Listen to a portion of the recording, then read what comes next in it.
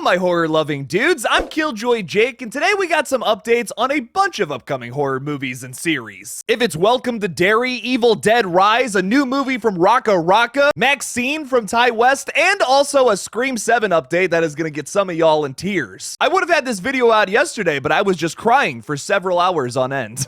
One more thing before we get into it too. On Twitter, I announced there was gonna be 2 update videos. I decided just to mesh them all into one big, gigantic video. So this is probably gonna be like 15, 16, 100 minutes. I don't know. We're gonna see if longer videos in the algorithm do really get more views today, though, with this little experiment. So let's get into it.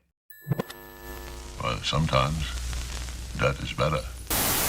Getting into our first update, talking about Pennywise the Dancing Clown and his brand new TV show coming out in 2024. Jeff Snyder of the Hot Mic podcast has just recently revealed that Bill Skarsgård is, in fact, attached to this new series. Now, a lot of us have been losing our minds because recently, over on the channel Jake's Takes, Bill Skarsgård was featured in an interview where he kind of said that he had not been reached out to. No one had given him the Pennywise call yet, and now, apparently, that has happened. Now, these are very conflicting reports. Maybe something has happened since Bill Skarsgård said that on Jake's Takes. I've heard that Jeff Snyder is also very reliable, but I mean, we're getting it straight from the source here, from Bill Skarsgård himself saying that he's not attached to it. Once again, something could have happened since that interview was recorded. That is entirely possible, but who knows? No official announcement has been made yet either way though, so maybe something's in the works right now. Maybe they're trying to get him on board. It's just probably tough with the kind of contract they have to write for this. I mean, Bill Skarsgård is huge. He was just the bad guy in John Wick 4. They're basically gonna have to drive the money truck up to his house if they want him to be in this series, but it'll be worth it. And I'll tell you what, if he's not in the series, I don't know if I'm gonna be watching. He's so good as Pennywise. How could anyone else do it? So keeping my fingers crossed here that silly Billy here turns out to be Pennywise the Dancing Clown one more time in this epic prequel series. I'm hyped for it. It's one of the only reasons I still have HBO Max. Next up on the chopping block is Evil Dead Rise. Speaking of Jake's Takes, like how we were talking about in the previous update, Bruce Campbell was recently featured on the show,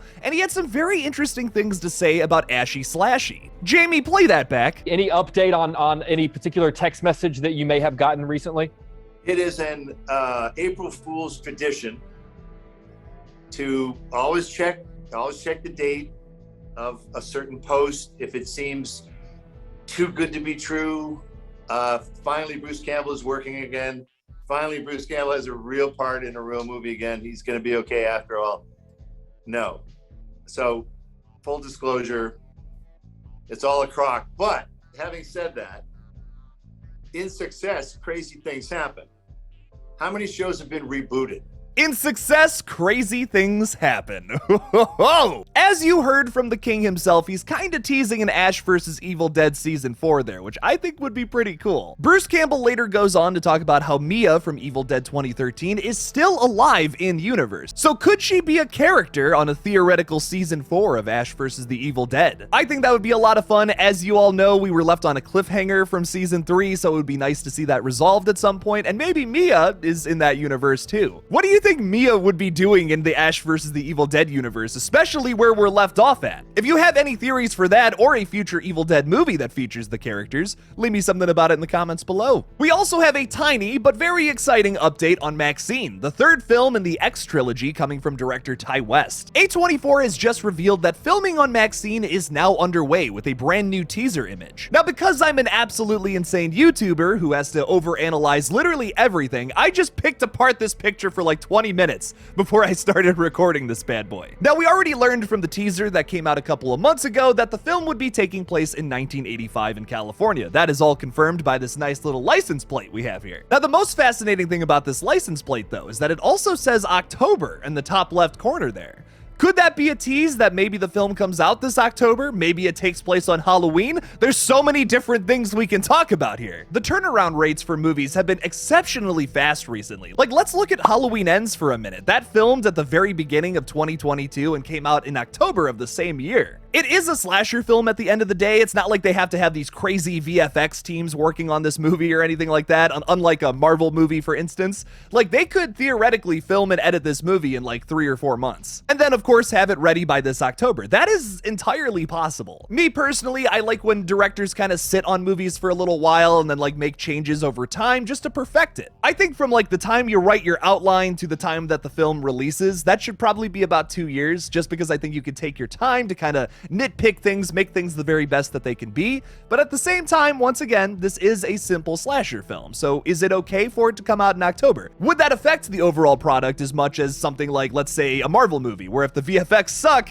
it really bogs down the movie? I'm looking at you, Thor Love and Thunder. MaXXXine doesn't need that. It's probably going to be a bunch of practical effects, just like how X and Pearl were, which goddamn looked amazing. And I also don't want to sound like I'm discrediting this movie or something. It's like, oh, this is going to be an easy movie to make. No, it's not. No, Mia Goth has got to give another great performance here. And fingers crossed, maybe she's going to top her performance from both X and Pearl, because my God, those movies were amazing. I am a proud Mia Goth simp, and I don't care. I said it twice, and now everyone's gonna think I'm weird, but that's fine. If we do get MaXXXine in October, honestly, I'm gonna be jumping for joy. October is already jam-packed with some killer horror flicks like Five Nights at Freddy's, Saw X, The Exorcist. There's already so many X's this October, so let's add 3 more with MaXXXine. All right, getting into the penultimate update here. I want to talk a little bit about Talk to Me, a film directed by Danny and Michael Philippou from Raka Raka. I am a huge fan of these guys. I grew up falling in love with their absolutely insane videos over on their YouTube channel. They're like 10 out of 10 crazy videos that you're just never expecting where they're gonna go next. They've gotten into a lot of trouble with YouTube over the past couple of years though, because of how bloody and violent some of their things get. So now they've turned to A24 horror movies, which like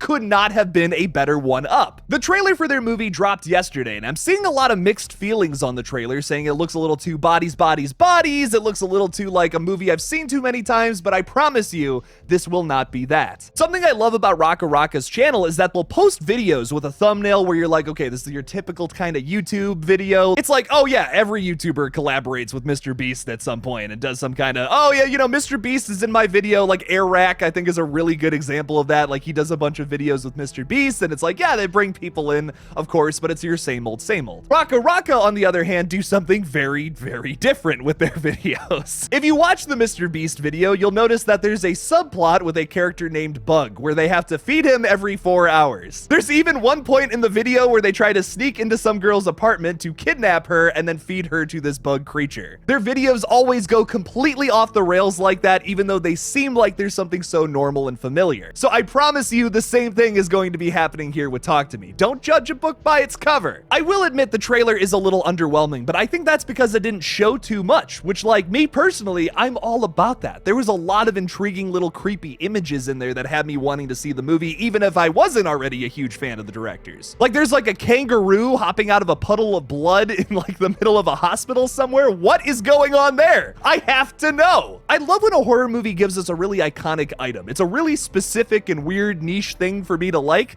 but I like it. Think about Reanimator with the vial full of alive juice that Jeffrey Combs runs around with the entire movie. It's iconic. So it may seem like your typical occult film right now, but I can promise that by the time we get to the 3rd act, there's going to be a big pile of guts and brains to clean up with a mop. At least I hope so. Megan Navarro of Bloody Disgusting wrote in her Sundance review of the film, Talk to Me delivers an intense, nightmarish horror movie that'll leave you breathless. There's a refreshing ruthlessness to this cautionary tale that plays like a surge of adrenaline. It makes for one hell of an introduction to Danny and Michael Philippou's brand of horror. I'm so hyped for it. I can't wait for this movie. Check it out on July 28th when it drops in theaters. It's A24 too, and they have a pretty amazing track record. They just swept the Oscars, and they're probably gonna kill it again this year. All right, let's get into the big update, the one that most of you probably skipped to because y'all are fucking worried like me. Our absolutely incredible Scream team, Radio Silence, as well as Guy Busick and James Vanderbilt, are no longer attached to the Scream franchise. Now, while that is very unfortunate, we have recently learned that Radio Silence is currently working on an original monster movie with Universal Pictures. Now, what's really cool about this new untitled film that Radio Silence is working on is that it's being written by Stephen Shields and that revisions were done by none other than Guy Busick. Guy Busick is, of course, one of the writers from Ready or Not, Scream 5, and Scream 6, so I'm excited for him to be doing their 4th film with Radio Silence now. Stephen Shields is also writing a script for Lee Cronin, director of Evil Dead Rise, which comes out later this month. I'm very excited to see what he's cooking up for both Radio Silence and Mr. Cronin.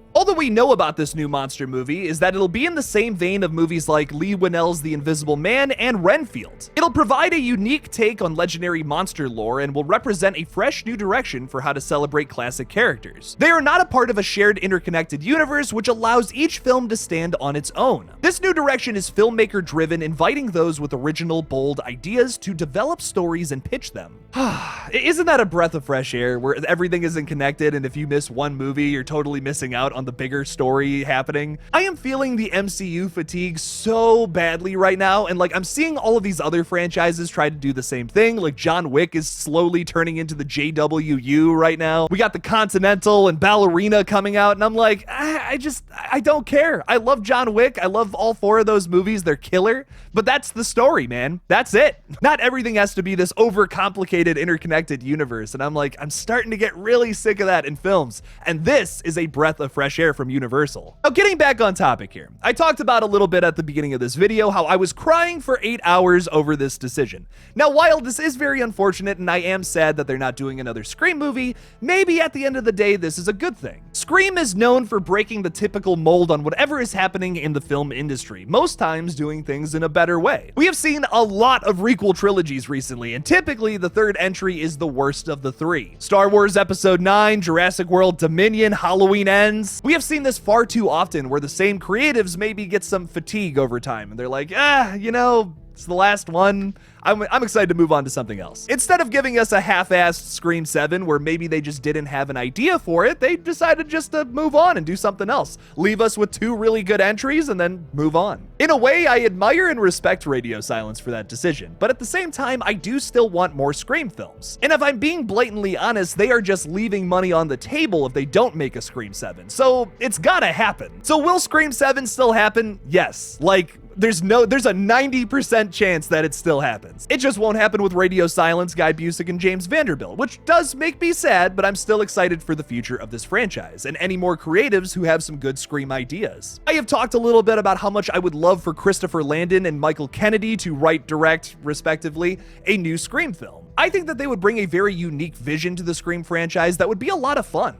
And a lot of their works in the past have been very Scream inspired, if it's the Happy Death Day movies or Freaky. Both are very campy slashers with excellent characters and gnarly kills. I would love to see that energy come to the Scream franchise. I think that would be a lot of fun. I know that there's a lot of people out there that miss the camp from Screams like 1 through 3. This would be that kind of return now that we kind of just did Dark Scream and Screams 5 and 6. While I do prefer darker, scarier types of horror films, it would be a breath of fresh air for the Scream franchise to go back to some of its more campier roots here. And Christopher Landon and Michael Kennedy have their own flavor of camp that would make it something different and not just the same thing as what we got in Screams 1 through 3. So personally, I am going to lobby the fuck out of these guys to do the next movie. Please. So what do you guys think about all these big old nasty updates? Leave me something about anything in the comments below. Thank you so much for watching my latest horror news update video. Don't forget to like this video and subscribe for more horror content in the future. Please consider supporting me on Patreon if you want to see this channel grow. Thank you all again for watching, and as always, don't forget to kill it out there, y'all.